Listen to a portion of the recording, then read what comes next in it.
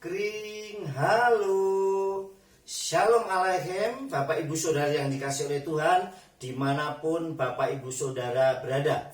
Masih bersama dengan saya, Gembala Yefta Mulyanto. Hari ini saya memberikan renungan singkat yang saya beri judul Matang. Saudara, matang mengandung arti dewasa, masak, sempurna, masuk akal, dan dalam tindakan bijaksana. Untuk menjadi matang atau dewasa tidak diukur dengan usia, namun sikap dalam menghadapi segala sesuatu. Sehingga sering kita temui bahwa ada orang yang usianya sudah sangat tua, tetapi dalam perilakunya masih seperti anak muda atau kanak-kanak. Atau sebaliknya, orang yang masih remaja tetapi dalam bersikap sudah kelihatan dewasa. Jadi untuk matang tidak diukur dalam usia. Saudara pernah melihat ada pohon jambu yang berbuah bareng. Sama saudara, tetapi saat matang belum tentu bisa bersama-sama saudara. Nah, ciri-ciri orang yang matang atau dewasa dan bijaksana dalam hidup, yaitu yang pertama, perkataannya bisa dipertanggungjawabkan. Jadi kalau dia mengucapkan segala sesuatu, perkataannya itu bisa dipertanggungjawabkan. Yang kedua, berpikir sebelum berkata-kata. Artinya saat berkata-kata itu dia berhati-hati. Saat saya mengatakan ini, saya menyakiti orang atau tidak. Artinya dia berpikir lebih dahulu. Yang ketiga, saudara, berpikir sebelum bertindak. Artinya sebelum melakukan segala sesuatu, dia sudah berpikir terlebih dahulu. Yang keempat, bisa mempergunakan waktu dengan baik. Artinya memiliki manajemen waktu yang sangat baik. Hidupnya teratur dengan baik. Yang kelima, tidak egois atau tidak mementingkan dirinya sendiri. Artinya bukan mengambil keuntungan untuk dirinya sendiri, saudara. Yang keenam, merespon dengan cepat dan tepat, baik dalam komunikasi. Sehingga saat kita berkomunikasi itu begitu luar biasa bagus, saudara. Kadang seringkali komunikasi tidak selalu dengan berkata-kata. Kadang dalam telepon misalnya, dalam WA, WhatsApp atau yang lainnya. Seringkali saat berkomunikasi ada orang yang di WA hari ini tahun depan, bulan depan, minggu depan baru balas. Ini kadang yang membuat kadang orang ini nggak nyambung atau nggak nyaman, saudara. Nah, ciri-ciri orang yang matang dan dewasa, saudara, dan bijaksana di dalam Elohim, yang pertama adalah bergaul karib dengan Elohim. Kalau tadi ciri-ciri orang yang matang dewasa dalam kehidupan, sekarang ciri-ciri orang yang matang dan dewasa dan bijaksana di dalam Elohim adalah bergaul karib dengan Elohim. Artinya ada hubungan spiritual yang baik, hubungan yang baik dengan Tuhan, dengan Aba Yahweh Elohim bersama Yeshua Mashiach. Yang kedua, suka bergaul juga dengan orang yang baik dan rohani. Artinya, kalau orang-orang yang rohani jauh luar biasa bagus, senang saudara kita bergaul. Ternyata saya banyak belajar dari orang-orang yang hebat, orang-orang yang memang memiliki spiritual, memiliki pengetahuan tentang daftar Elohim jauh luar biasa, saudara. Yang ketiga, rajin merenungkan daftar Elohim. Berapa banyak orang saat punya kitab suci justru diabaikan, saat menerima renungan justru diabaikan. Dan ini sudah terjadi di dunia zaman sekarang. Saat ada orang mengirimkan renungan atau ada daftar Elohim di share, responnya sangat pasif. Tetapi begitu gosip yang tentang berita-berita yang lagi viral atau hal apapun yang tidak berhubungan dengan daftar Elohim, begitu cepat meresponnya. Kemudian yang keempat, mengatur waktu antara dunia dan Tuhan dengan baik. Jadi balance antara dia mengatur pekerjaan, kehidupan secara dunia maupun hubungannya dengan Tuhan sangat baik. Yang kelima, bisa mengendalikan dirinya dengan baik, saudara. Artinya dia bisa mengendalikan dirinya dengan baik dalam setiap kehidupannya. Saat ada masalah, dia bisa mengendalikan diri dengan baik. Bukan temperamen, emosional, tetapi sangat baik dan bijaksana. Saya selalu memberikan moto kepada kehilat yang saya layani adalah Jadilah penyejuk di tempat yang panas. Artinya jikalau ada suasana yang sedang ramai atau mungkin ribut, ada suasana yang tidak nyaman satu dengan yang lain, kita menjadi penyejuknya. Tetapi jadilah suasana yang menghangatkan di tempat sejuk. Artinya di saat orang pada pergi berbarengan, bersama-sama tetapi hanya diam saja, kita membuat suasana menjadi hidup dan berwarna, sehingga kita tidak bosan dalam melakukan perjalanan atau hal aktivitas yang lain, saudara. Di dalam kitab suci, kitab Tehillim atau Mazmur pasal 1 ayat 1 sampai 3, di situ dikatakan demikian, saudara yang dikasih oleh Bapa Yahweh. Berbahagialah orang yang tidak berjalan menurut nasihat orang fasik, dan tidak berdiri di jalan orang berdosa, dan tidak duduk dalam kumpulan pencemooh. Satu hal yang sangat luar biasa kalau kita tidak mengikuti jalan orang fasik.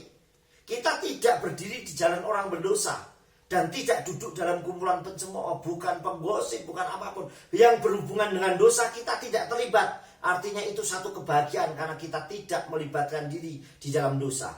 Yang kedua adalah, namun kesukaannya ada pada Torah Yahweh, dan dia merenungkan Torahnya siang dan malam. Artinya orang yang matang itu yang bisa merenungkan dafar Elohim, yang hidupnya selalu dipenuhi dengan dafar Elohim. Hidupnya spiritual, hubungannya dengan Tuhan itu sangat baik.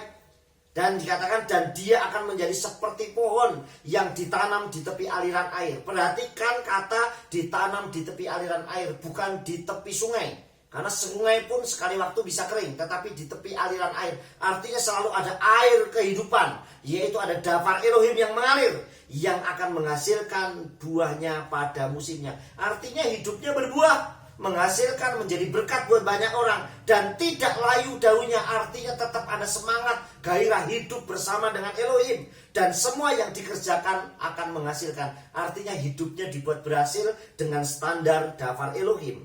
Bapak Ibu Saudara yang dikasihi oleh Bapak Yahweh, satu hal yang sangat luar biasa. Saya akan memberikan beberapa contoh orang-orang yang dewasa dan matang secara kitab suci. Yang pertama adalah Yosef. Yosef ben Yakub atau Yosef anaknya Yakub, saudara, itu sangat bijaksana dan tidak memiliki jiwa pendendam terhadap saudaranya sekalipun ada kesempatan. Sebenarnya dia ada kesempatan untuk balas dendam buat saudara-saudaranya yang pernah menganiaya, bahkan menjual dia menjadi budak. Tetapi itu tidak dilakukan karena dia sangat bijaksana dan bukan tipe pendendam atau tipe pembenci, saudara, tetapi penuh dengan kasih.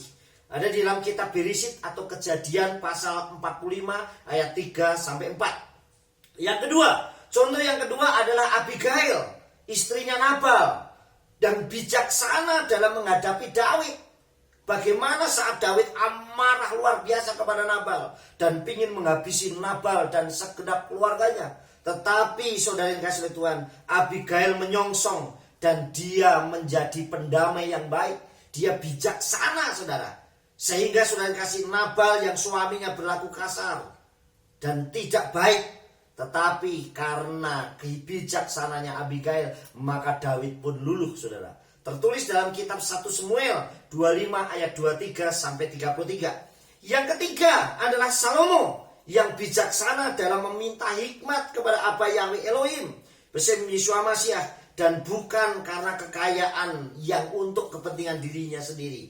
Di dalam 1 Melakim atau Raja-Raja pasal 3 ayat 9. Artinya Salomo meminta hikmat, tetapi justru karena dia meminta hikmat, maka kekayaannya pun Bapak Yahweh berikan. Sekali lagi, orang yang sering mendapat bonus, mendapat berkat adalah orang yang cinta dan dekat dengan Tuhan. Karena Bapak Yahweh Elohim bersama Yeshua Mashiach adalah Tuhan kita, bos kita, saudara. Menjadi umat Abba Yahweh Elohim bersama Yeshua Mashiach itu wajib satu, setiap perkataannya harus bisa dipertanggungjawabkan di hadapan Elohim, juga di hadapan manusia. Artinya kalau kita mengucapkan berkata-kata harus bisa dipertanggungjawabkan, baik di hadapan Elohim maupun di hadapan manusia. Yang kedua, memiliki iman yang lebih unggul dibandingkan yang lain atau dunia. Jadi memiliki iman harus di atas rata-rata, melebihi. Nah, kalau kita matang tetapi setiap punya masalah sedikit langsung ciut, namanya belum matang, saudara. Artinya memiliki iman yang harus lebih unggul. Yang ketiga, bijaksana dan berhikmat dalam menghadapi setiap persoalan. Jadi dalam menghadapi segala sesuatu itu bijaksana. Dia pelan-pelan, tidak gegabah, namun pasti. Pelan tapi pasti semuanya masalah diselesaikan dengan baik, dengan bijaksana, saudara. Yang keempat, yang terakhir, hidupnya selalu meneladani Adonai Yeshua Mashiach. Banyak orang selalu mengidolakan sesuatu, bisa artis, bisa tokoh dan sebagainya. Tetapi mari kita mengidolakan Yeshua Mashiach yang selalu berhasil dimanapun dalam pelayanannya. Bahkan dimanapun selalu membuat orang itu terberkati luar biasa. Dan dimanapun selalu menjadi berkat buat banyak orang. Bapak Ibu Saudara kasih Tuhan, sebagai ayat penutup saya memberikan satu ayat daftar Elohim dalam kitab Misle atau Amsal pasal 3 ayat 35 yang berbunyi, Kavod Chachamim Yinchalu Uksilim Merim Halom, yang artinya orang yang bijak mewarisi kehormatan, tetapi orang yang bebal meninggikan hal yang memalukan. Artinya orang yang bijak, saudara, mewarisi kehormatan. Kita tidak perlu mencari kehormatan, karena kehormatan akan datang kepada diri kita sendiri. Karena orang yang meminta dihormati, artinya orang itu tidak punya kehormatan. Orang yang gila hormat. Tetapi kita tidak perlu mencari. Dengan kita hidup bijaksana, maka secara otomatis orang akan menghormati kita. Itulah yang namanya orang yang bijak mewarisi kehormatan. Tetapi orang yang bebal meninggikan dan hal-hal yang memalukan. Sukses besar buat kita semua. Apa Yahweh Elohim besem Yeshua Mashiach memberkati. Amin.